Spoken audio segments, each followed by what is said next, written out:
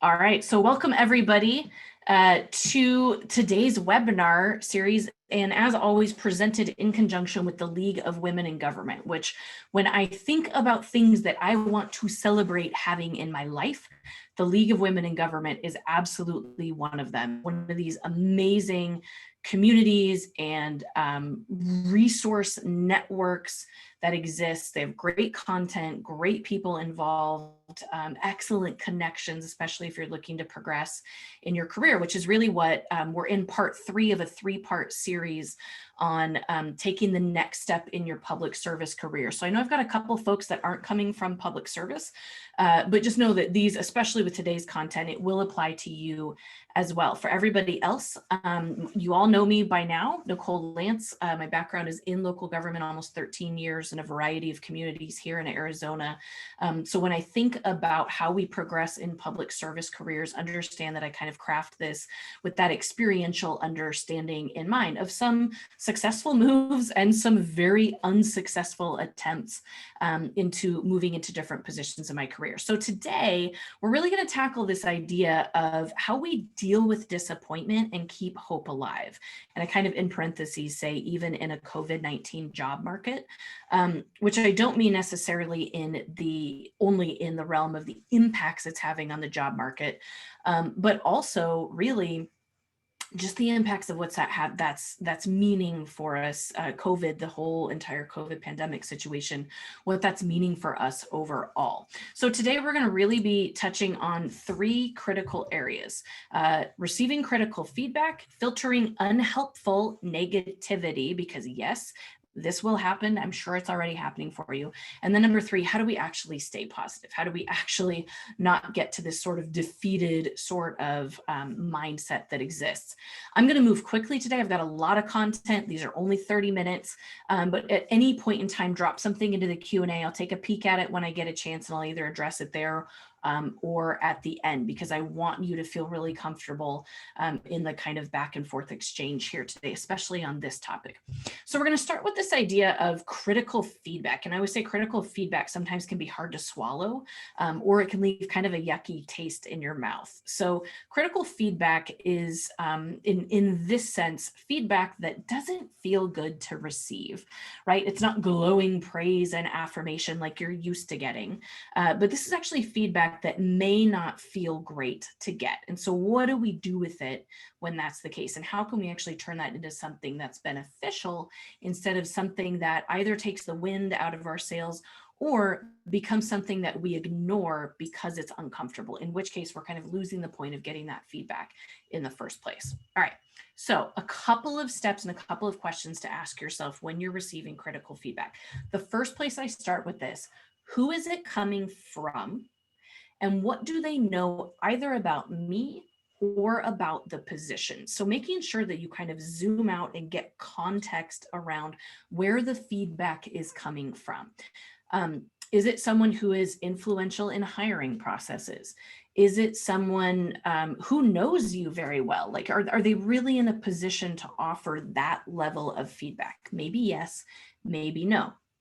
And then what also do they actually know about the position that you are applying for? So either the one that you are interested in applying for, or let's say it was a situation where it didn't work out, or maybe you're even in process. Is the person giving you feedback really, really aware of the specifics of what's going on with that position? And I want you to think beyond just, well, they know what that job does. Do they know how that job functions in that organization? Do they have that kind of knowledge that would really make sure that they're coming from an informed place? Now, if they are, that kind of sets you into a position, well, hey, I maybe need to listen to this a little bit better. If it's someone who's coming from a position where they don't actually know you at all, maybe they only know you through that hiring process, understand this is a great place to get information on how you came across. And maybe saying, wow, they didn't recognize this about me. Is there something I could change about the way that I'm telling my story? Which kind of leads into this next one, which is this valid feedback? Is the feedback I'm getting, like, is it actually useful? So, if it's my overly critical, grandmother who's always negative about everything, and her feedback is, well, you're just shooting too high, you're shooting way above where you're actually capable of being, maybe that's not valid feedback. Maybe that's not feedback that's actually going to be helpful for you. Or maybe it is. And that's a really good question to ask when it's painful, particularly, and your first instinct is, nope, they're wrong. Ask instead, oof, could this be valid feedback? Is it possible that I didn't present myself the way that I wanted to? Is it possible that my qualifications weren't really where they needed to be up against some of the other competitors for this? What else is going on here? And then asking this question, which is a really powerful reframe. What actions could I or should I take as a result?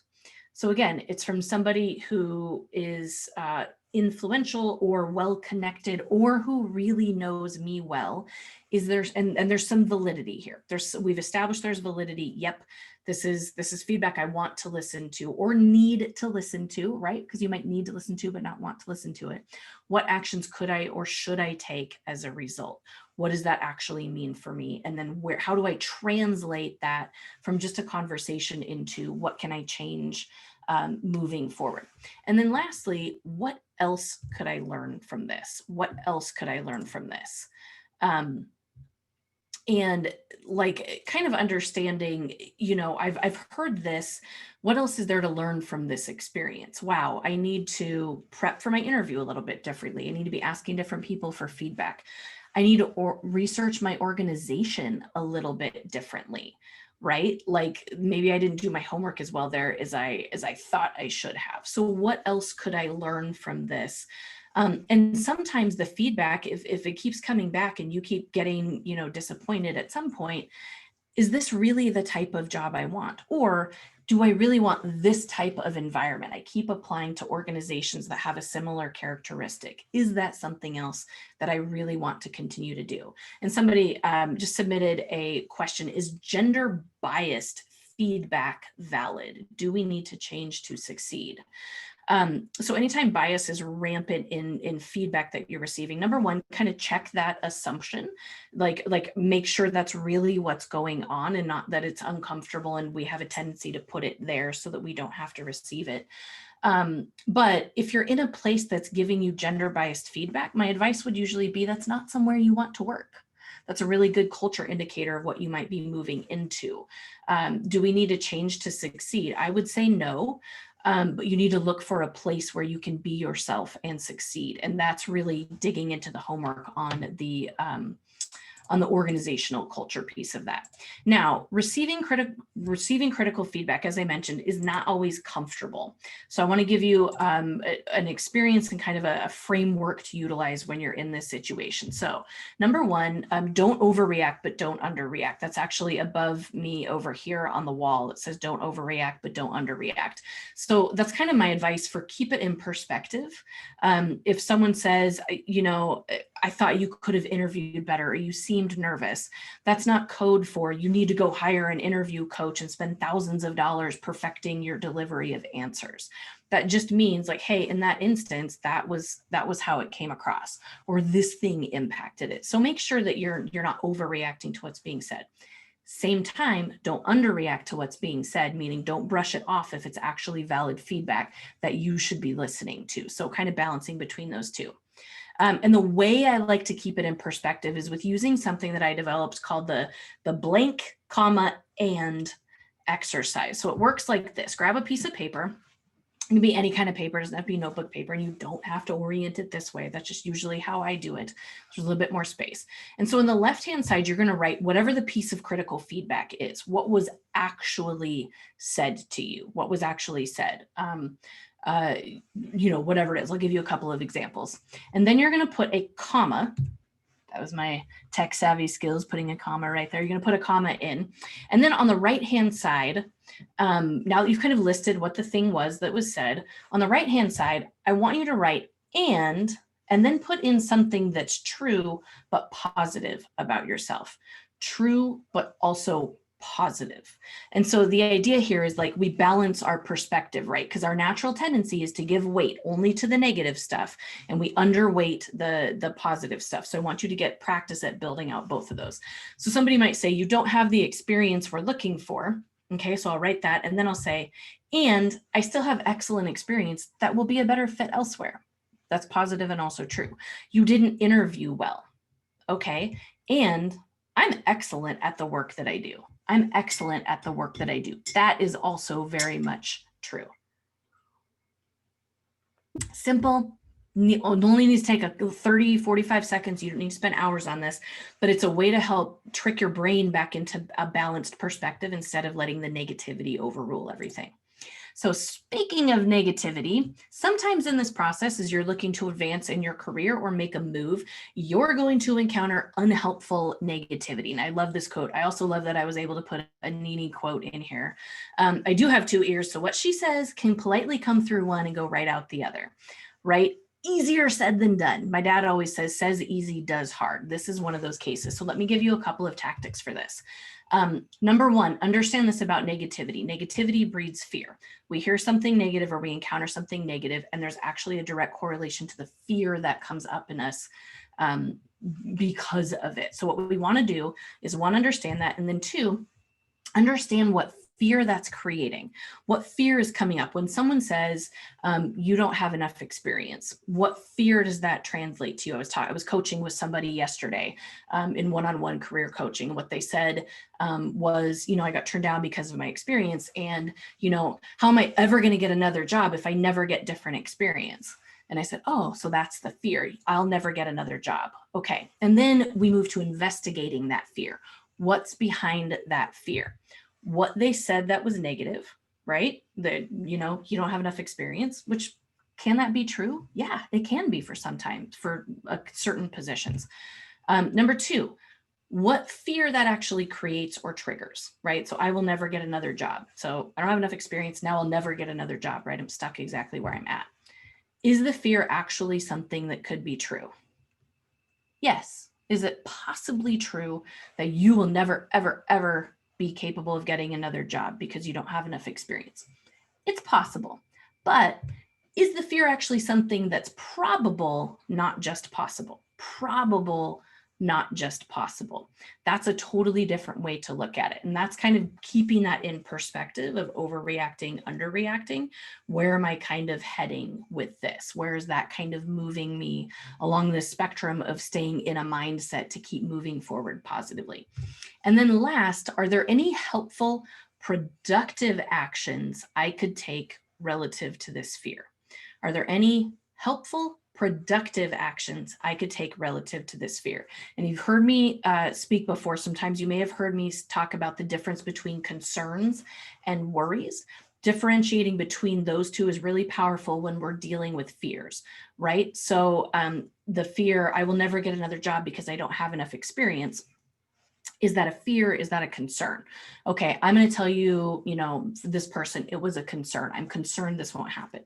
And I said, okay, if it's a concern, there's productive action associated with it. What would that look like? And then we outlined kind of an action plan of how she could get different experiences, how she could start to build that out, maybe where she could look for different jobs that might be more in line with the experience that she had. Those are productive actions. Anything beyond that becomes what we would call in my coach training, story fondling, right? It's a fear that I'm just going to kind of circle the drain with and keep telling this story, but there's not actually anything I can do with it. So kind of differentiating between those two. Now, one of my favorite activities, exercises, experiences for dealing with fear is using something I call the fear jar. Now, it's actually in my other workspace that I was working out of earlier today, but I actually have a jar that's sitting on my desk. And next to that jar, I have just, kind of some little notepads and a pen, whatever, some scratch paper. And this is how I use it when I encounter fear. So that little fear voice gets triggered or it pops up. It's that little refrain I can't get rid of. And here's what I do. Number one, I write it down. I write it down in its entirety and I fold it up and I put it in the jar and I just leave it. And that way I don't have to think about it anymore. It's out of my head. Okay, I've acknowledged, yes, I'm fearful about this again. Here we go. It's out of my head. But I've also left it in a place that I can come back to it, which is going to be important for this next spot, this next kind of tactic, is then I seek disconfirmation. I seek disconfirmation. of, is there any way in which this fear is not being proven true? Not being proven true. Is there any way that over this next week or so, or couple of days or hours or whatever it is, the, an appropriate time frame for review back on your fear, that I've actually seen this isn't really happening? Because that's how I use mine. I write them down, and that I'm starting on Friday, like afternoons, is when I review them. So I look back at everything I've put in the jar from then on, and then starting Saturday through the following week, I just write it down. Like, ooh, I'm afraid I'm going to butcher this presentation. Ooh, I'm afraid my slides aren't good enough. Ugh, I'm afraid I'm going to forget to go pick up my jacket from the dry cleaner and have to wear the same one for 3 days in a row, whatever it is. Then I put it in the jar, and then I come back to it and review it to seek that disconfirmation. And that's when it starts to turn into the BS jar, right? Because now that I've seen this, I'm like, oh, wait a minute, like none of this ever actually happened. I've yet to put a fear in there that actually came true, which helps me understand the impacts. How did that actually change my behavior when I was operating out of that space of fear? And that gives me the power to use that data for future situations. So this is how we start to step out of those recurring pervasive thoughts or frameworks that are fear-based. I'll never get another job. I'll never, nobody will ever hire me. This, I'm going to be stuck as a whatever forever. That's how we start to step out of it, because we start to use this data for future situations. Doesn't mean we move it, perfectly into manifestation tomorrow, but it means that we start to wiggle loose that fear framework that's kind of keeping us constrained and or annoying us or irritating us or whatever it might be, for each of you individually. And so that's where you use this kind of approach to help sort through what's just a fear. Now I've disconfirmed that. Now I'm not going to give it any more brain space the next time it comes up, but I'm going to see if I can look at that critical feedback a little bit differently, step out of the fear, turn it into something useful, which is where we get to the tactic in the next section, which is really all about staying positive. Now it's like the Ross, like squeaky voice, like, I'm fine, everything's fine. Actually, I should have worn this shirt. I have a shirt that says, I'm fine, it's fine, everything is fine. Because sometimes we feel that way and we're like, oh my gosh, I got to tell everybody it's fine, and it's really not fine. I'm struggling, or I'm having trouble staying positive. I want to give you a perspective and then a tactic for dealing with this so that you can look for this as you move forward.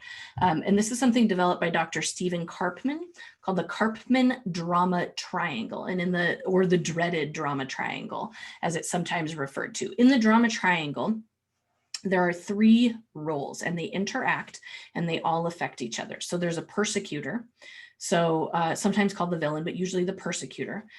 There's the rescuer, and there's the victim.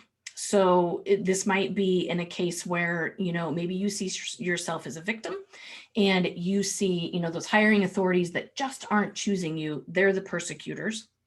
And then the rescuer might be someone who comes in and says, oh, it's fine, you'll be fine, don't worry, let me take you out to dinner, let me help you, let me whatever, but don't actually help you ever tackle the issue that's coming before you. So the rescuer kind of piece of this is the person that steps in and tries to do it for you or make everything okay for you rather than you doing the work. If in that case, you're actually the victim. Sometimes this isn't, you're not that role in it. Now, the empowerment dynamic is a different way to look at the drama triangle. And what it does is it actually flips the roles a little bit. And I wish they wouldn't have flipped the entire triangle, but it takes the challenger. So the persecutor becomes challenger. And I'll show this to you on a full graphic, I think, in a little bit. The persecutor becomes the challenger. The rescuer becomes the coach instead. So instead of doing for, doing with, helping you actually do it differently. But most importantly, the victim role, the person who's not getting what they want or who's being victimized in some way, perceived or otherwise, they become creator. They become a creator. And what that means is that they then approach their situation so totally different that they're now in a power position, even if they're not getting the thing that they were going for, or there's something negative happening to them, they're able to stay positive because they're now approaching it as a creator. So from a creative perspective. So what this looks like when we're talking about staying positive is asking 2 powerful questions to help yourself move from that kind of victim role of, I'm not getting what I want, I'm not getting what I need, I'm failing, whatever it is, victimized by my own failures, blah, blah, blah, into a more positive approach to help you move forward powerfully. Number one question, moving into that creator space: what can I create from this situation? What can I actually create from this situation instead? And then number two, what else is possible because this hasn't happened yet? What else is going on that may now be possible because this hasn't happened yet? Because sometimes we get tunnel vision and it becomes only about the job. And when you're in a rough situation or an uncomfortable workplace or a difficult workplace, or you're just burned out, whatever it is for you, that can be really difficult. However, it doesn't mean that there's not also other good stuff possible while that's still kind of waiting to happen. So asking those two questions: what can I create from the situation? What else is possible because this hasn't happened yet? And what you may find is at that point in time, it may have nothing to do with your actual job. And what becomes possible is you can train to run a marathon or a virtual marathon, however they're doing that these days. Obviously not on my radar. What can I create from this situation? Well, I could use this as a really excellent opportunity to build out a really strong network of people who know me. And I can create that network or that army of advocates like you've heard me talk about before. What else can I create from this situation? Well, I could create, I don't know, maybe I've always wanted to bake. I've been watching Great British Baking Show on repeat. Maybe I can learn to create from this situation something that has nothing to do with work, but feeds another part of my soul or something that makes me happy. So kind of broadening out and staying positive in that aspect of how can I begin to actually create something differently. Oddly enough, there's a huge body of research about the act of physical creation. So whether it's art, drawing, building with Legos, cooking, baking, any of those, that it actually lowers our stress response while we are in the space of creation. And the interesting thing is that when you lower that stress response and you return that beautiful blood flow back into that frontal lobe of your brain, that's where your highest cognition happens. So all those things that you do to be creative that actually relax you, that's actually pushing you into a higher cognitive framework, which means you're going to come back and look at that job search a little bit differently and say, hey, how could I approach this differently instead? What could I do differently here? Or, what, the job search is, maybe just going to be kind of sucky for a while. So what can I change about how my life looks outside of this in the meantime anyway, or differently? So kind of using that as a launch pad and then watching how they sort of interact together can be really powerful and really interesting. I wanted to leave a decent amount of time for questions today. So if you do have questions, please just drop those in the Q&A. We can do some like rapid fire coaching one-on-one, or, kind of tackle a sticky issue and get maybe a little bit more into your specifics. All right. So somebody said, I'm looking at a couple of opportunities, but there's not much out there right now. The two communities that I'm looking at applying in aren't really like the normal type of communities that I would apply for. Is that a bad thing to go somewhere that really wouldn't be somewhere I would prefer, but just to kind of go for the title? So great question. Lots of people run into that, especially in compressed job markets where there's fewer opportunities out there. Do I want to go somewhere that's maybe like not the place I would naturally prefer to be, but the title is good or the pay is good, or, it's just different. Sometimes that's the reason. Always, always, always think about that next position as the headline for the position after that.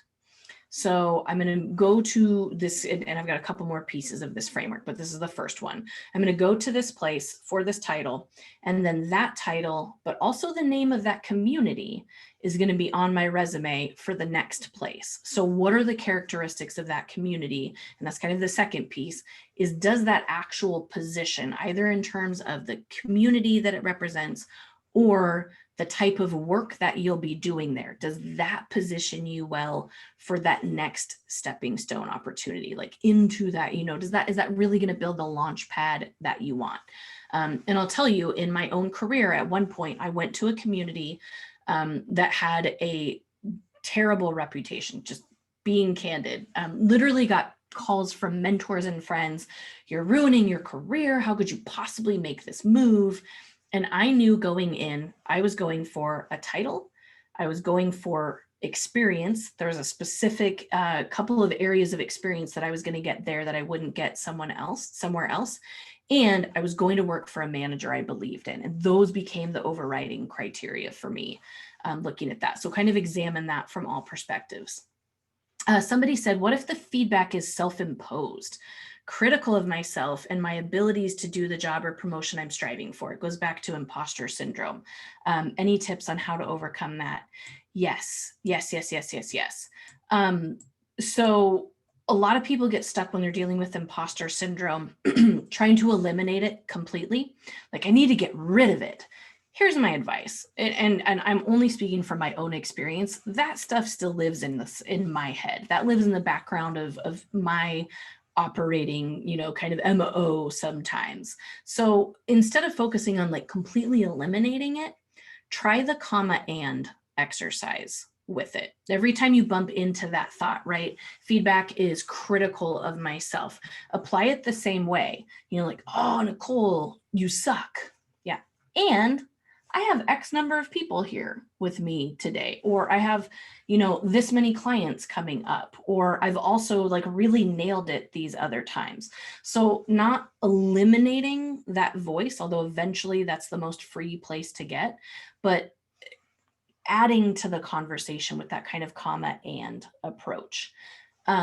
Now, doubting your abilities to do the job or promotion that you're striving for. That's when you can investigate. That's when that you can learn a lot more about what that position actually does. And you can talk to people who are doing it. And this is the beauty, especially in a public service industry, if that's where you're at. This is a place where you can call people doing the job and be like, hey, tell me about yourself. How are you successful doing this work? What would somebody need to know? And then you can kind of start that self-examination and say, yeah, critical feedback. I've got some growth areas. How do I work on those? Or, you know what? I'm actually a whole hell of a lot more qualified for this than I'm allowing myself to believe. And then you move into this place of understanding and starting to build that awareness. Where am I self-imposing a barrier? Where am I starting to put my own fear at the front? And then use that same fear investigation framework. Is it valid? Is it, is it true? Is it really coming from a place of information? And then being open to the fact that it may say, yeah, I do have some growth, or it might say, the growth I've got to do is working on getting rid of this framework. And that will dissolve over time as you start to really question the validity of some of those thoughts and actually do the investigation on them. Okay, so we are coming down to the end of our time together. I told you it was going to go fast. Hopefully you've enjoyed your lunch if you're eating lunch in front of the screen. I want to share two specific opportunities, and then I've got like a bonus one on the next slide, so don't hang up yet. But relative to this topic that I'm offering, one is kind of an ongoing, that's the Take Hold of Your Trajectory coaching. This is really focused one-to-one, specific to your situation. We'll look at application materials, we'll do a mock interview, really getting in depth on what you need to do to kind of move you forward and sort of look at that holistically in terms of your approach relative to your specific situation. The second one is the Be Intentional coaching program. This is my second time, will actually be my first time offering it in 2021. But another round of this, which is really focused on helping you hone in your focus and getting ready to take that next step. So whatever it is that you're trying to achieve, really getting clear about it, and then some experiences, some activities, and in a group coaching environment that will help you get from wherever you're at into that next thing, or at least better prepared to do it. The last one is, as we kind of close out here, in January, I'm actually offering a vision board workshop. So I'm still kind of working out the date and the time. I'm doing a little bit of polling to see what's going to work best for everybody. But make sure you're signed up on my mailing list. You can do that through my website, which is listed there on the bottom of that slide. But yeah, the vision board workshop will be a little bit different. If you've ever done one with somebody else, I always say it's like a little bit of woo and a whole lot of do. So we'll bring that in, get you really kind of focused and prepped, and get you thinking a little bit differently about maybe what 2021 can be like, and looking at it in the full picture of what you're trying to achieve. So with that, it's been my pleasure, as always, to be here with you today. If I can support you in any way, please don't hesitate to reach out. That's absolutely my greatest joy and what I like to do. And so with that, have an awesome rest of your day, and I'll see you in 2021. Take care.